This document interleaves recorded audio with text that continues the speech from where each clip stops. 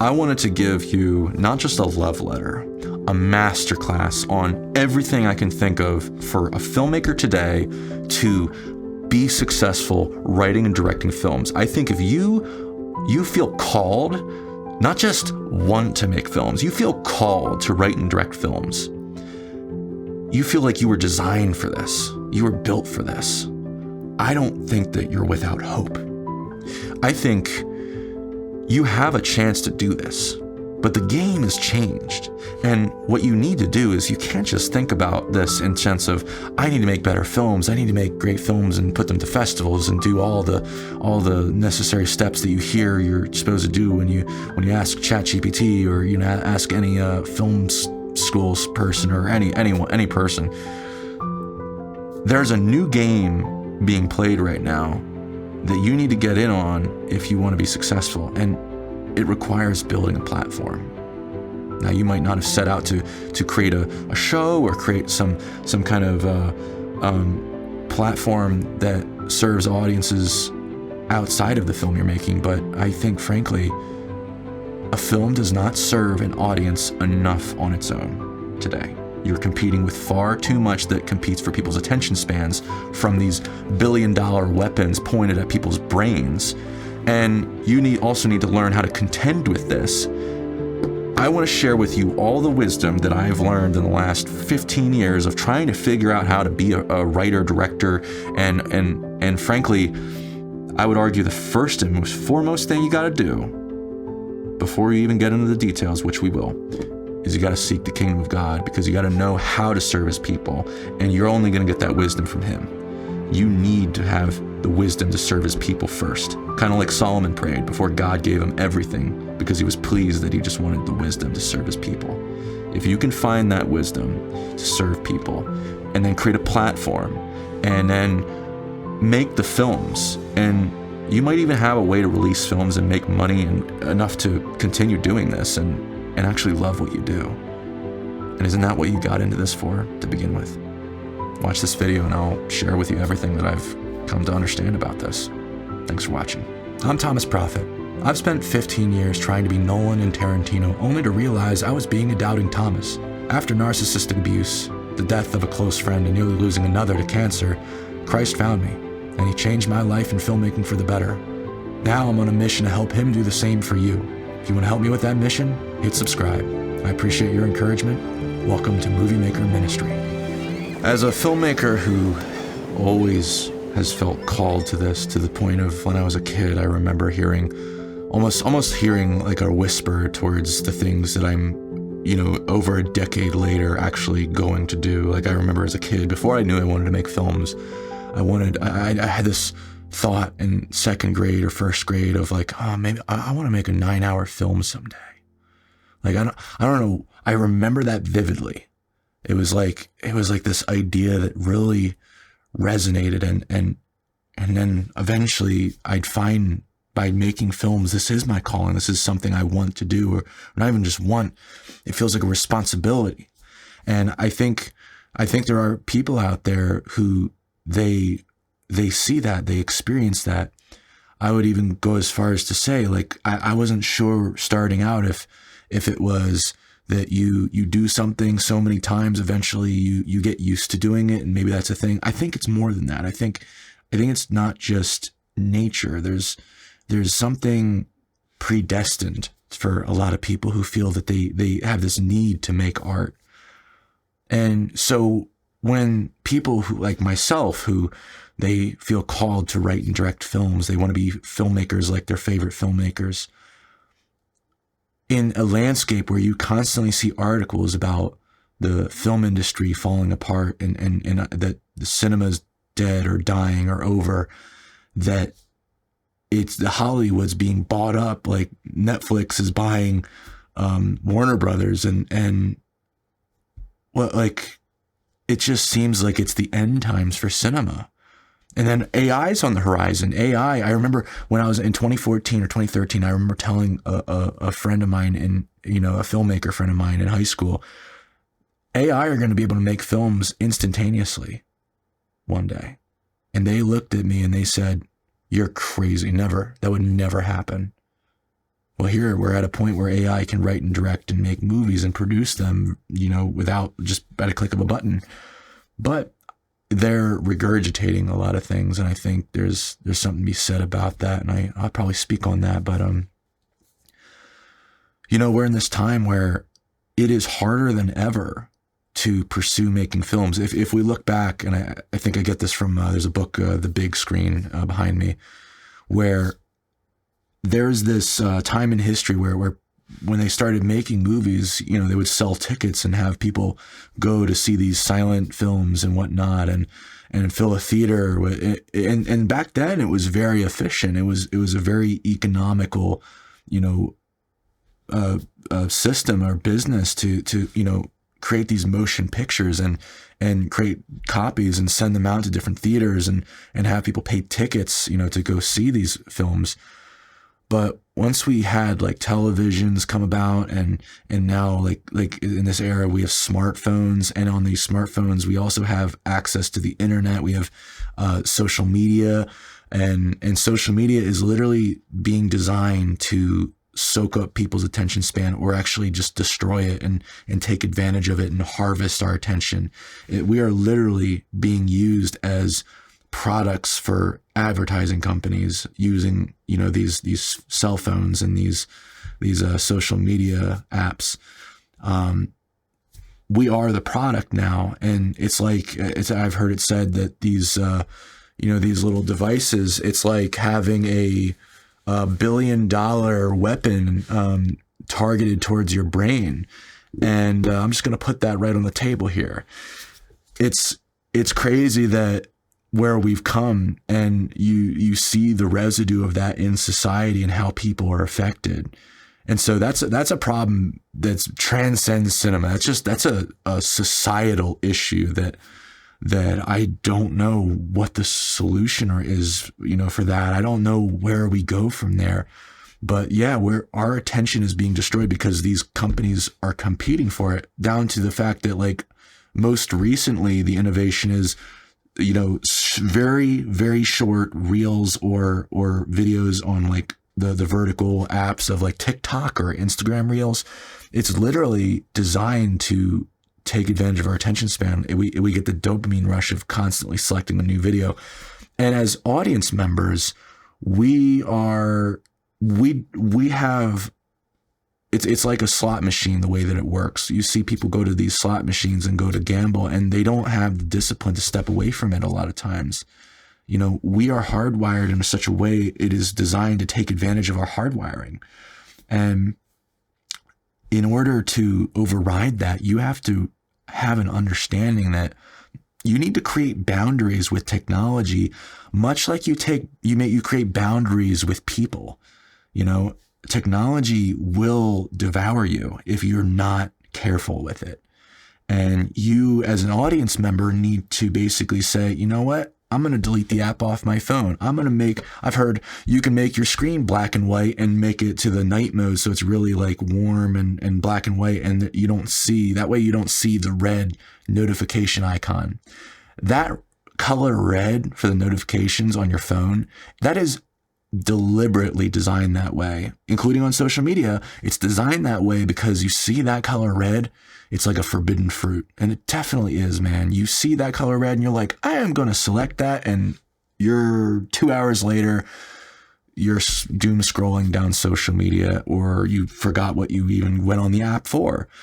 So the relationship with technology is that technology is winning. It's winning the fight against us, the war against our attention, the war against our humanity. And that's what you compete with as a filmmaker. You're literally competing after a device that is designed to harvest people's attention and devour their attention span, to chop it down into bits. There's science behind this. And it's like, I just want to make movies, man. Like, hey, I'm over here, I want to make movies, and the world's burning down. So that's where we're at as filmmakers. Now, maybe I'll do a video in the future about how I've learned to counteract the distractions of the cell phone. I mean, some quick tidbits are, I actually delete my social media apps off my phone. I have a rule, I do not use them until like the evening when I'm about to go to bed, even then it's probably not good for you.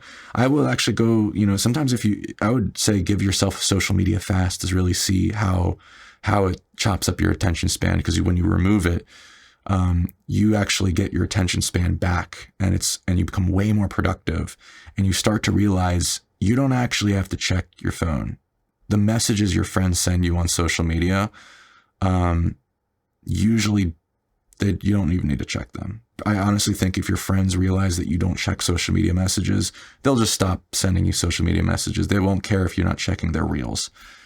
And they will realize that,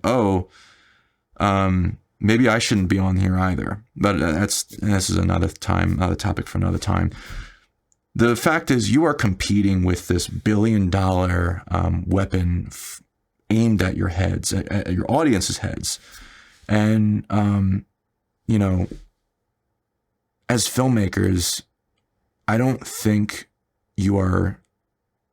making films serves audiences well enough anymore. Like, that's a hard pill to swallow. These apps, as I'd say unethical, that might be the right word, as destructive as they are, I do think that they're serving or giving the illusion of serving the audience more than movies ever have. Or not only that, I would say long form podcasts or YouTube videos and shows where you're giving long form content, that actually serves people more. That truly serves people more than movies do, to be honest. Like, people can can go about their lives and listen to something and, get value out of that. And I remember 10 years ago listening to podcasts and finding, I really wanted to make a podcast, and I tried different ones, and here I am finally making the one I always wanted to make. And why I'm bringing up podcasts serving people better than movies, I'm going to get to that in a sec. When it comes to reels, social media, podcasts, that's what you're competing against. You're also competing against people doing YouTube videos. You're basically competing as a filmmaker who wants to make, be an OCD filmmaker who's a perfectionist of every detail. You want to be the next Kubrick? I don't think Kubrick would be able to survive today. I don't think he would be successful unless he implemented the plan that I'm presenting. And I guess I'll go into it. I think you need to view filmmaking not as the end in itself. You can't view being a writer, director of films as the end all be all. Writing and directing films, the films you make have to be at the heart of what you do, but you need to use that as the heart of a platform. You need to view this as an entrepreneur. You need to figure out, how do you provide value and serve an audience? And you can't just make films to do that.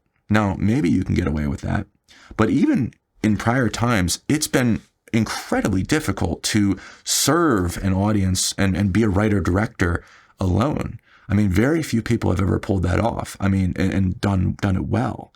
And I would say, even those who did, I actually, from all the experiences I've had, I wouldn't want to be them, because I would actually, I got into this by making little stupid claymation animations or making short films in high school. And I made them for me and my friends and the people who, got a kick out of it.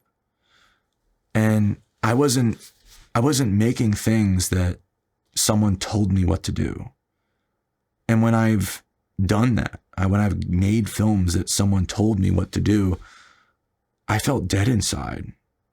And I've learned the hard way that as a filmmaker, you have to take feedback from people and then, get feedback from multiple groups of people and figure out who is your audience. Your audience isn't the person who has a load of feedback for what you're saying. They're not the vocal person. They're the person who listens to what you're making, and they may give you like one suggestion just to feel useful.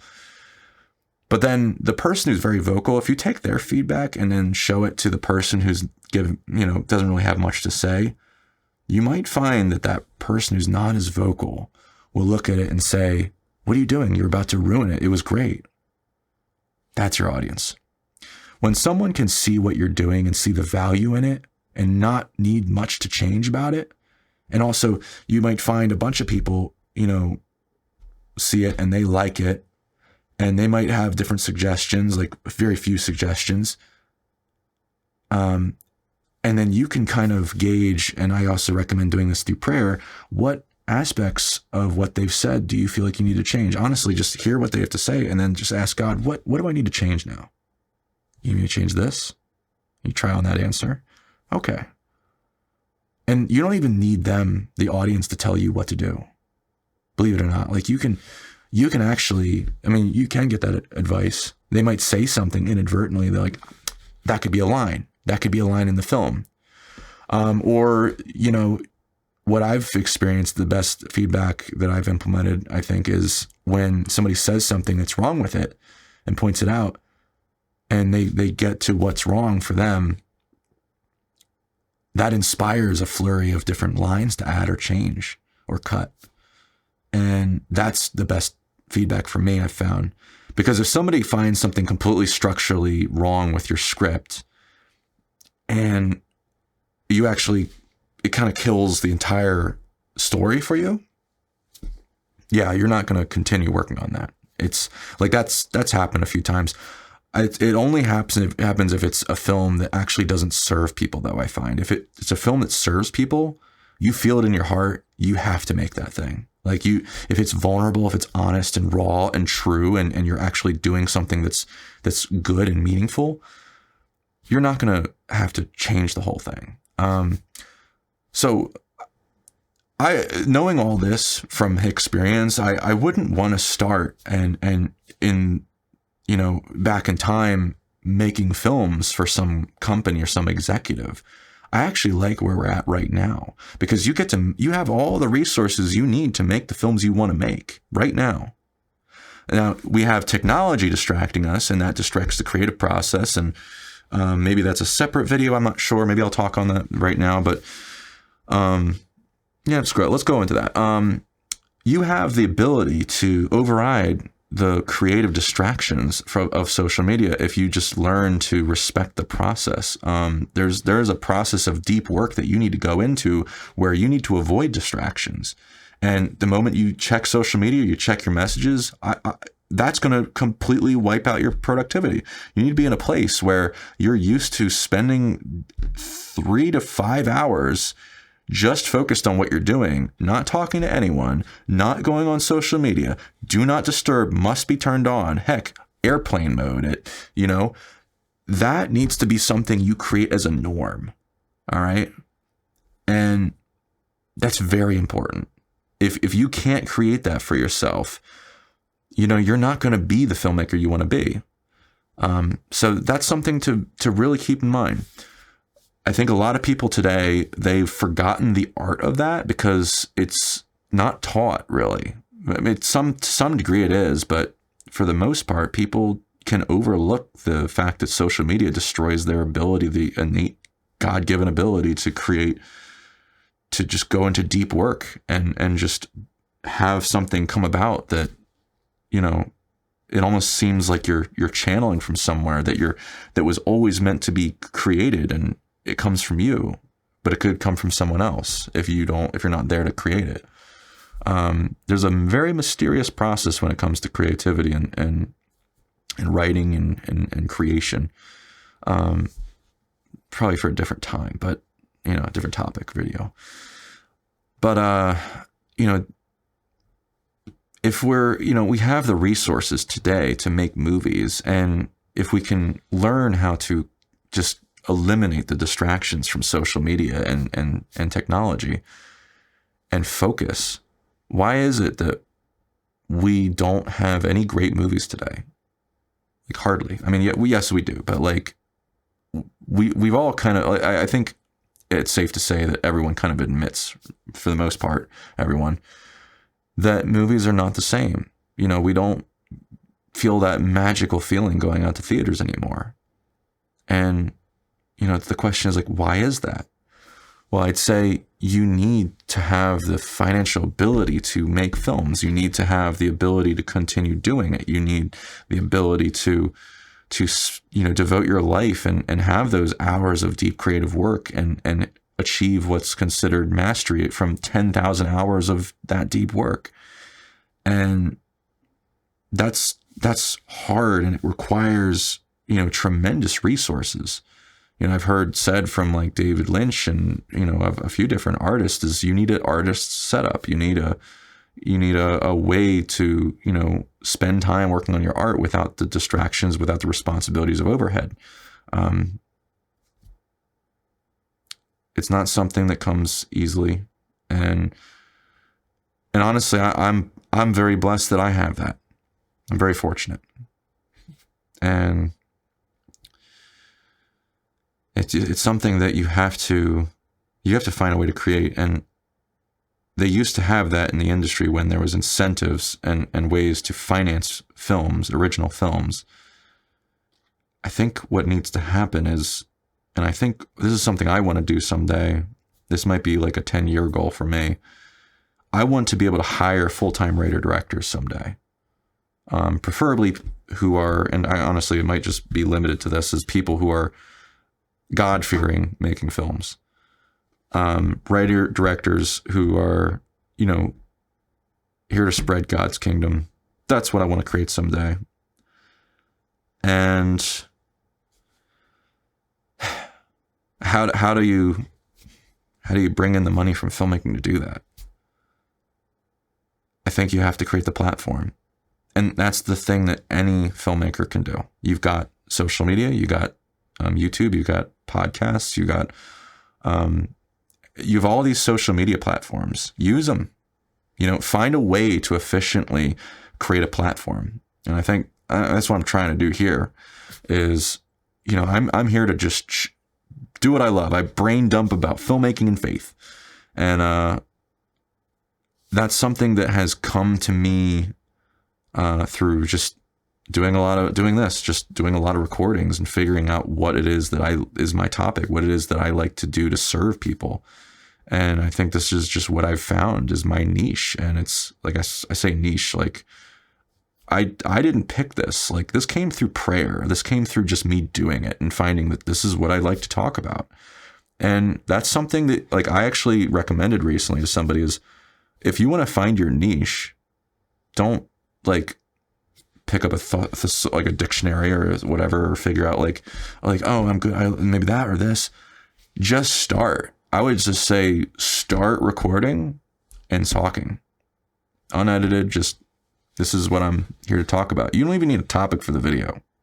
I actually would say like you might want a loose idea of where to start, see where it goes. And then based on where it goes, I think where it goes organically will be much better than what you initially started. The intentions you start with a project, especially with writing or recording videos, the intentions you have at the start are not as good as where it ultimately goes organically. Like Stephen King will write stories not with an outline. And I used to write with outlines all the time, and all my scripts were never things I wanted to make after that. And I spent years, hundreds, thousands of pages, man, thousands of hours. But once I did what he does, let the characters tell the story, find out where the story goes. You don't need to know the end. Find the end. Same with YouTube videos or podcasts. Just record. Find out what it is you're passionate about by recording, doing it, figure it out. See where each thing goes and find through the process of going there how to make it useful and serve people and provide them value. And then, for the purpose of hooking people in and getting their interest and promising that value to them, once you're done, go back and record the hook, the intro, based on where it went. That's why if you see the timestamp or the clock in the background of these, the clock is always later in the intros, and the videos starts before the intro when I recorded it. That's because I just start, I start not knowing where I'm going to go. And then I go back and after I'm done and I found out where it went to figure out what I'm going to promise people, because I don't know what I'm going to promise until I get there. But by doing it that way, I'm giving people access to probably the greatest potential that I can provide them. And it's very liberating. It's very freeing. You are accessing something that you don't even fully understand. And, you know, you are actually constricting yourself if you try to adhere to some plan as an artist. That's true of writing. This is the way that I write scripts now. My best writing is when I don't know where it's going. And then when once I know where it went, I go back and record and start writing the opening scenes or opening sequence. And that's very fun because I'm like, I get to write that knowing where it went and make something that's really interesting and hooking that audience in and kind of promises everything that's going to happen. I love doing that. And I don't really know of a better way of writing. If I do come across it, I will share it. But this is just an idea of, you want to figure out what your way of serving people is, finding your mini kingdom within God's kingdom of serving His people in a way that you were designed with every hair on your head to serve them. That's your way of doing it. Start. You have to start. And you might record 100 or a few hundred videos and find out what works and what doesn't for you. And you might pray on it and decide to start over like I did. But this is just one path that I'm suggesting, and it's very like snake eating its own tail, honestly, because I am doing it, but I'm suggesting it because I think this is what will work for me, and ultimately lead to success. Because you're not only sharing value and wisdom that you've gained, you're also selfishly able to market whatever the film is at the heart of everything you do. Like you have the film that you're making. A way to market it is you have to start before, like the era of filmmaking that we're in, that we've gone through. They used to do marketing before the film released or after the film released or whatever. You need to start before you even start shooting it, or you need to like start early. And social media is a great mechanism for that. So I want to bring things back real quick. These are just, tips to figure out how to, market create a platform. Also, the recording those videos, they become a way to create reels and clips. That's what I'm doing too. I'm basically finding social media apps. You find all the reels within the clips or the videos that you did, the long form ones, find the best clips, and then release them on all the different short form media apps. But what you're doing is you're actually serving your audience. If you're providing value, you're then using those clips as like trailers or teasers of like, hey, you want more? Come get the long form content. Maybe they don't want the long form content. They're still getting value if those clips are valuable in and of themselves. So you're able to actually like stream of consciousness in a very freeing way, come up with long form content for a YouTube channel, a podcast, and you're able to then put those, find clips that you can use for Instagram Reels or TikTok or YouTube Shorts as like a way to bring people to the fuller content. And through that, the show, you're able to get into marketing. You're able to get people into the film that you're making. But the goal is you're supposed to provide value. You're supposed to, give them useful information. Why is it important to market films before you make them? And also, what does marketing look like? Marketing used to look like, oh, you make the film, you don't say anything about it, and then you start putting trailers and stuff out, months before you release it, and you start doing press and all that.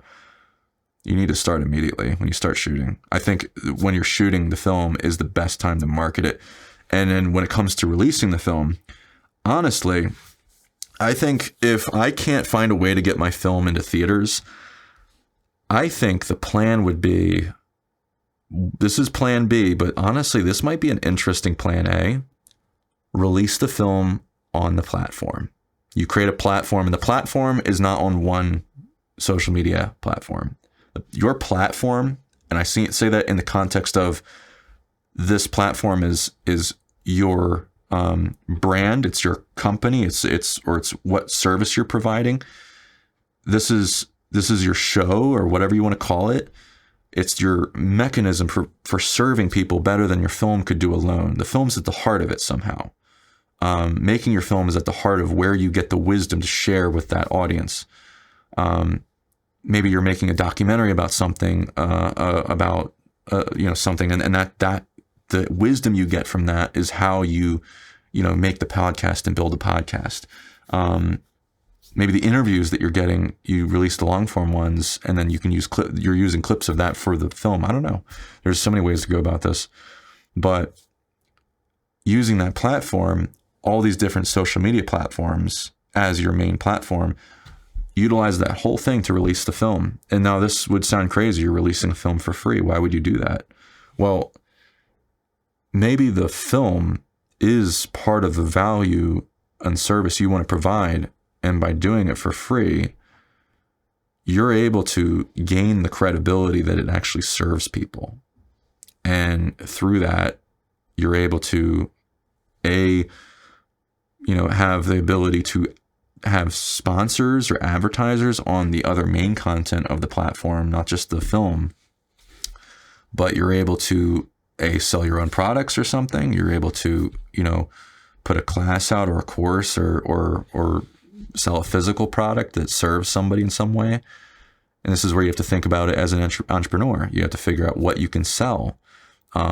I'd say the way to go into that is look at the 4-Hour Work Week by Tim Ferriss. That's one thing to look at. $100 million deals by Alex Hormozy or $100 million offer. Or also William Golden, I think. He provides really good resources on how to sell people things and how to provide value to people up front so that you can sell them things. Now, I think this is where you have to be as a filmmaker, unfortunately. Fortunately, I don't know which I'd go with that. It's just a different landscape. You have to provide the value to people, and you want to provide so much value up front that people want to pay you. I think what you need to realize is when somebody's offering you something for free, there's a part of your brain that has this reciprocity rule where you feel like you have to give back to them. And I think as filmmakers, we have to realize that can work in our favor if you release the film for free on YouTube. And do that, like, I'm going to release the feature film one scene a week, or one section a week, or part or chapter a week for so many weeks. And while I'm doing that, release the film or sections of that section of the film that's released on the long form apps like YouTube, put it out on the short form apps like TikTok, Instagram, YouTube Shorts, to lead people to the full thing. You could actually release 5 to 10 minute parts of the film for weeks, like once a week. While you're doing that, you could build up, before you release it, build up content, behind the scenes content to release in that same week, where you can actually break down, this is what we learned doing this section of the film, all that. You could do all sorts of things with that. And so people, while they're every week getting the film, they're also getting behind the scenes to enjoy the journey behind the scenes as you go through the film. No one's ever done that, I don't think. I mean, to some degree, some YouTubers have done that. I think Freddie Wong did that a long time ago, and like Rocket Jump. They were a big inspiration for me in high school. And that would be really cool. And you can also do release, this might be crazy, but you could release the entire feature film on social media, one clip a day. That would be ridiculous, but it might work. I don't know. Or you could just find highlight clips that you could put out. I would actually try having an Instagram page or social media page built just for the feature film to release one clip a day, just as an experiment. That might be kind of funny, but on there would say, here's where you can go to see the full film. Now, you'd have to show it vertically. I wouldn't do it horizontally. I thought about that, but my friend's like, why would you do it that way? It's because, I wanted people to experience it that way. It's like, you want people to experience it that way. but I want to experience it this way. I don't want to turn my screen. So I think you'd have to like get rid of the black bars, so you have a wide, like a taller thing of the footage. I don't shoot 239. I shoot like in the normal 4K or whatever, or the cinema 4K, and then I will, I'll have the cropped bars. That way I have more latitude in post to work with if I need to like shift things around, like if I'm losing headroom on someone or whatnot. That's just to say, I would probably, the version I put on social media of the film, I would just have like a fuller version of what's on there. When it comes to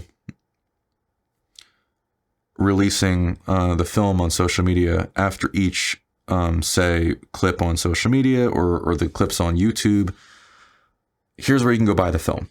You can watch the full film here now. Not on not on streamers. They can buy a physical copy or buy the digital copy for yourselves. You want to, hopefully you have enough of an audience on the platform already to sell the film as you're releasing it. And I think with Moviemaker Ministry, it's my goal is to provide the value and serve people in the sense of teaching, how to write and direct films the way that my favorite filmmakers, Nolan, Tarantino, and Tarkovsky, inspired me. But also teach, how to have an intentional relationship with Christ, and, have him guide you through writing and directing said films. That value is something I'm going to be providing on this channel, and just sharing all the things that I've, learned. And I'm going to use that to basically provide the value, prove that I have value to provide, and build up that audience so that when the film does come out, I have the marketing mechanism and the distribution mechanism.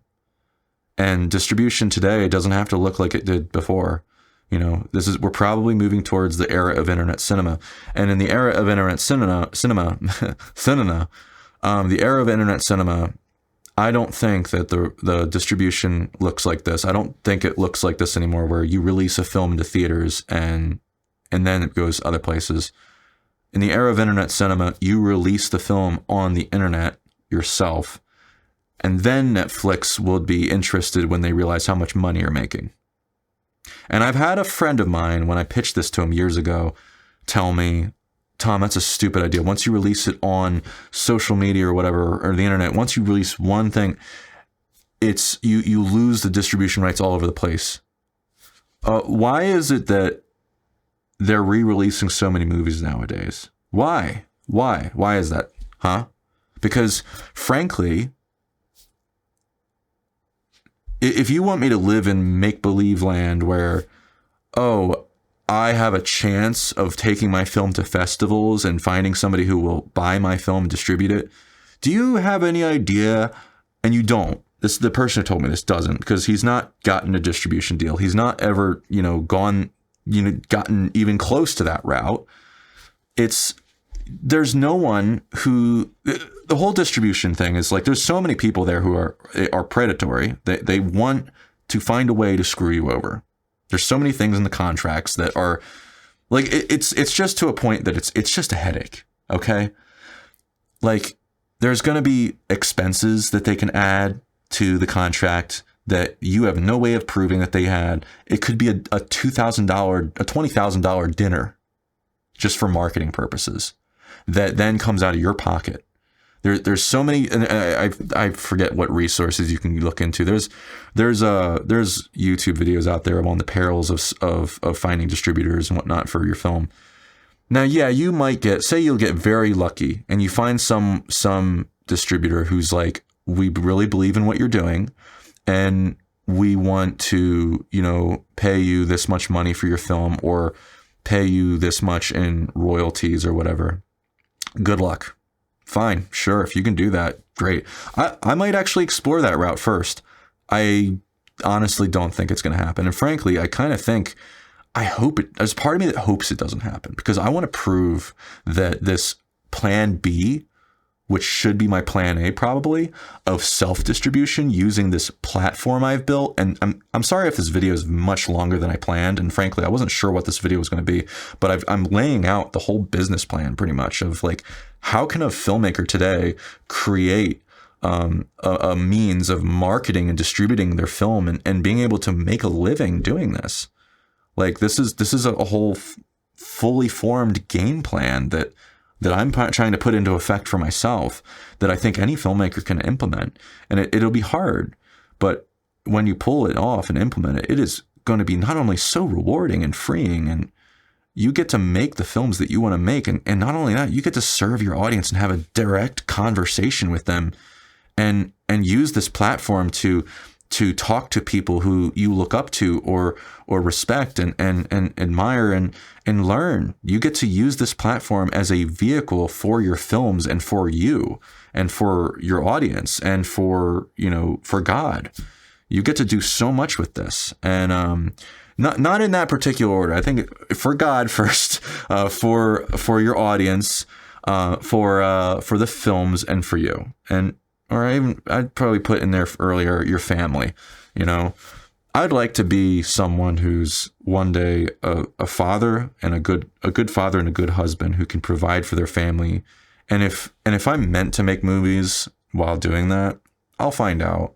I don't think God would have put this on my heart if this wasn't my destiny, And I think that's true of many filmmakers. Like, I don't think God would put this on your heart if it wasn't your destiny. But the thing is, I would say, and this might be going a little off course of where you thought I was going to go, but I'll try to come back to it. I do think that as a filmmaker, I spent a long time away from my faith, making films, wondering why nothing was coming together and always falling apart. And the experiences that brought me back to Christ, it led me to this understanding of God does help his children. And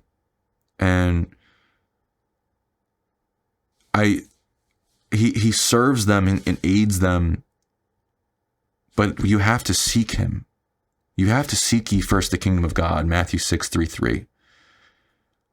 Because by seeking him, you're also seeking the wisdom to serve his people. Give me your servant a discerning heart to govern your people and distinguish from right and from wrong. 1 Kings 3:9.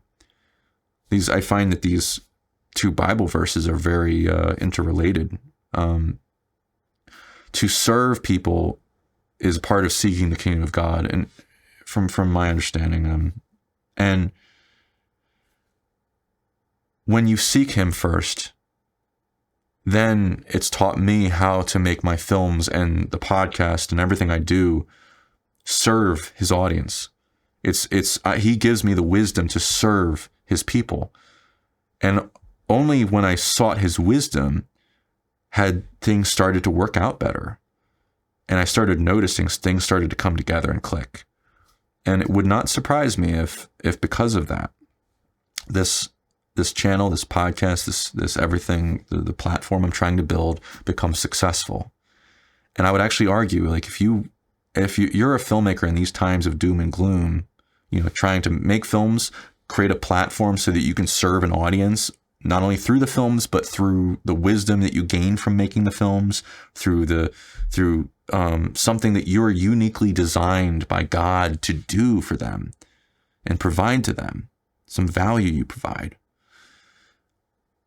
If you pursue him first to give you the wisdom to do that, to do it correctly, why wouldn't he want you to succeed? I mean, you might not. Maybe I go about this and I find out that I'm not cut out for this. And I find that if I want to, start a family and provide for them, and I have to take up construction or something, man.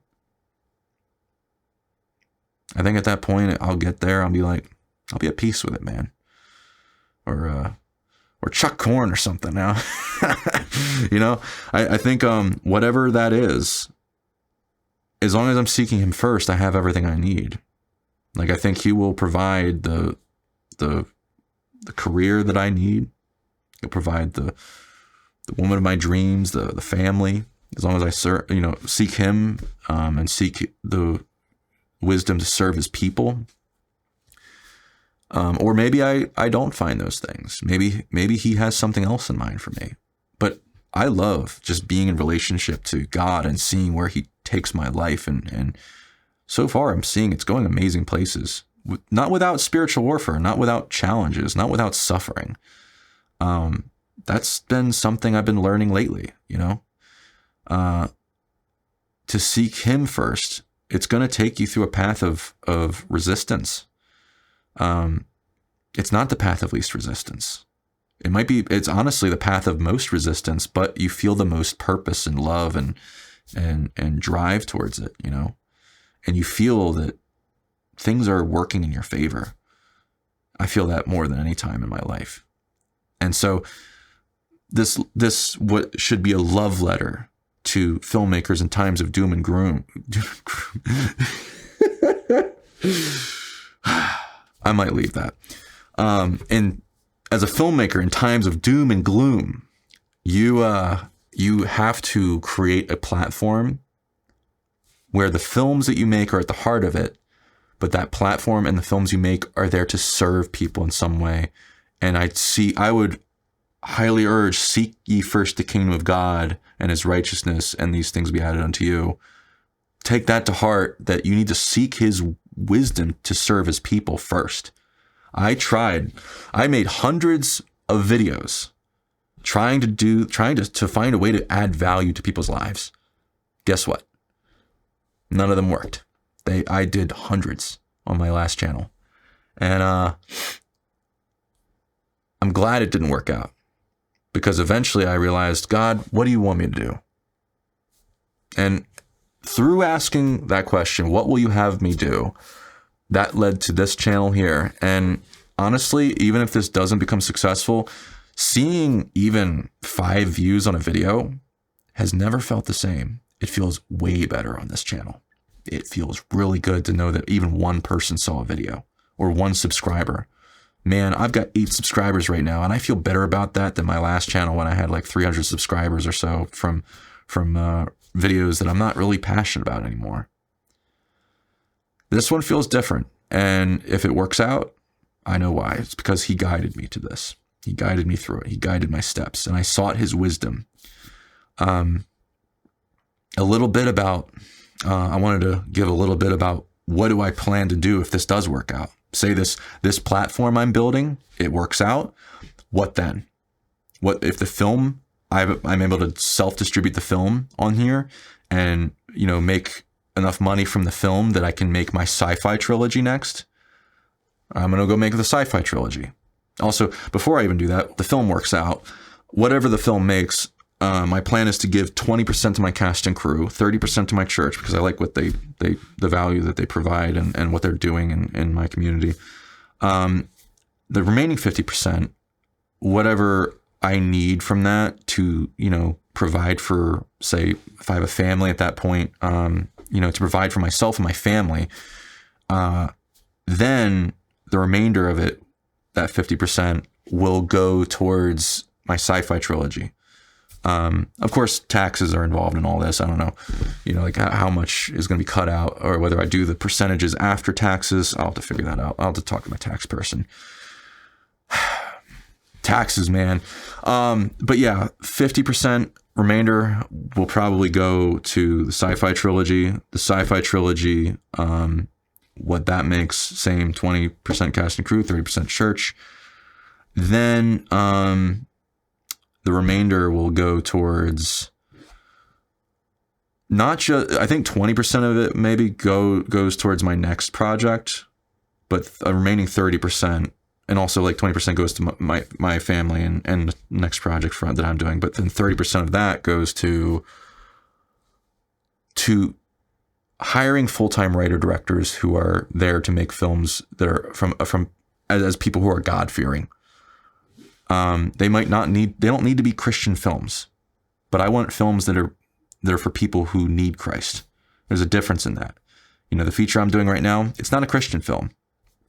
It was written as someone who didn't have Christ in his life for 10 years and accidentally figured out that he needed him. That's the kind of films I want to see, man. Because those are the films that connect with people the most. And or connect with people who don't have Christ, who need him. Or even Christian films. But I want to make films that are honoring to God and have Christian values, even if it's not blatantly Christian. I want there to be an understanding of the values that you get out of a relationship with God, with understanding his word. Because I want to see that more in the world. And I've always wanted to find a way to help filmmakers. And I think this is the perfect way and the perfect group of people to help. Now, say I have that group of filmmakers. What then?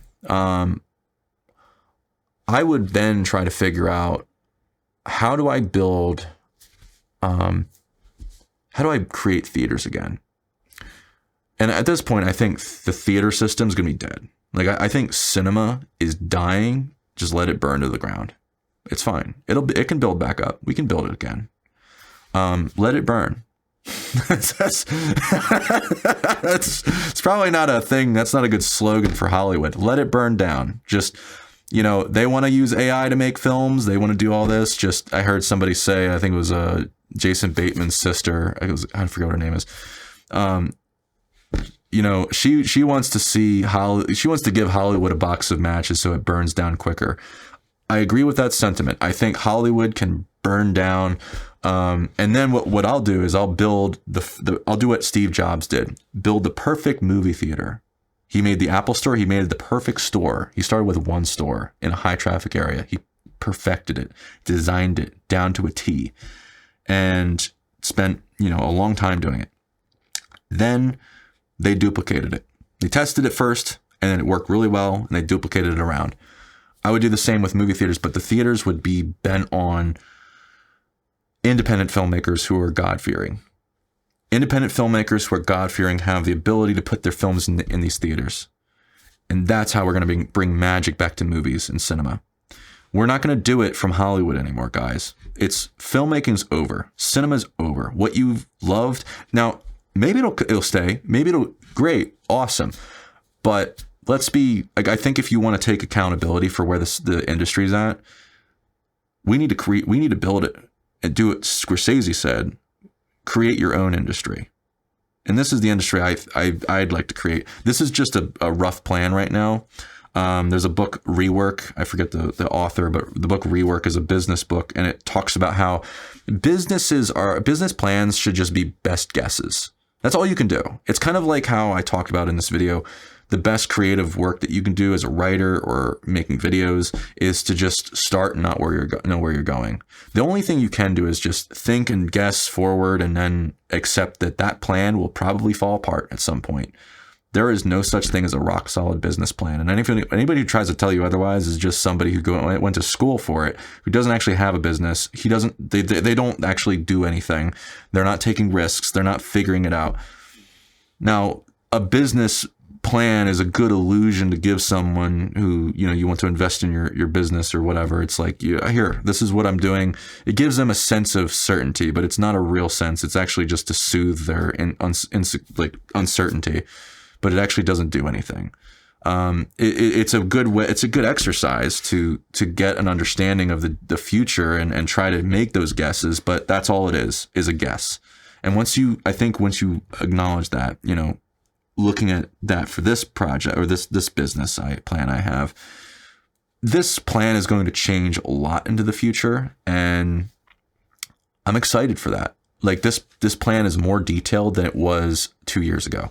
Like I remember giving a rough idea of this plan before, and it was not as good. And it was so good to me then. Like I was like, this is so good.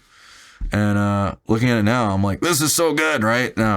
No, it's not. It's actually really rough. It's really imperfect. And what I'm going to do is I'm going to be dragged through the mud a lot in the next few years, probably, and find out, no, it doesn't work that way.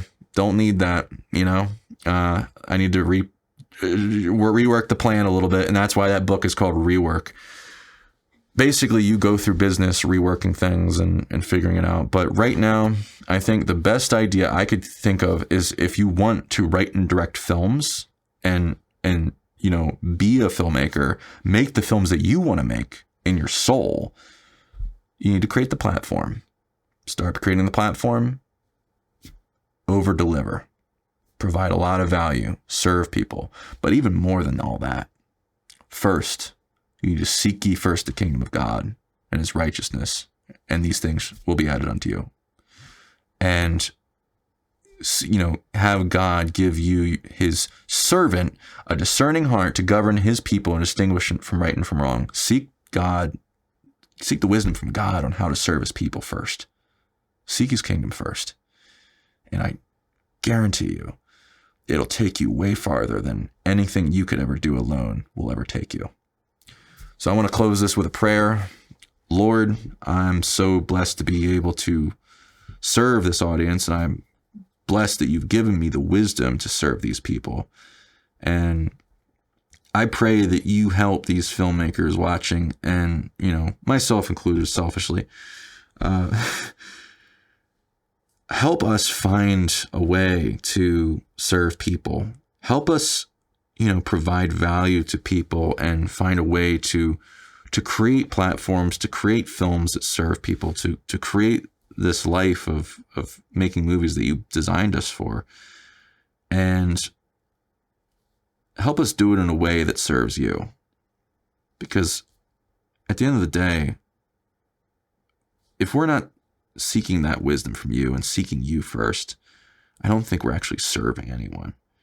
And I'm blessed to be at a place in my life and in my career where I realize that. And I pray that by doing this channel, doing this podcast, that I'm able to encourage people to discover that themselves too, and seek you first, so that they can serve your people better. Amen. Thanks for watching the show or listening to Movie Maker Ministry on podcast platforms.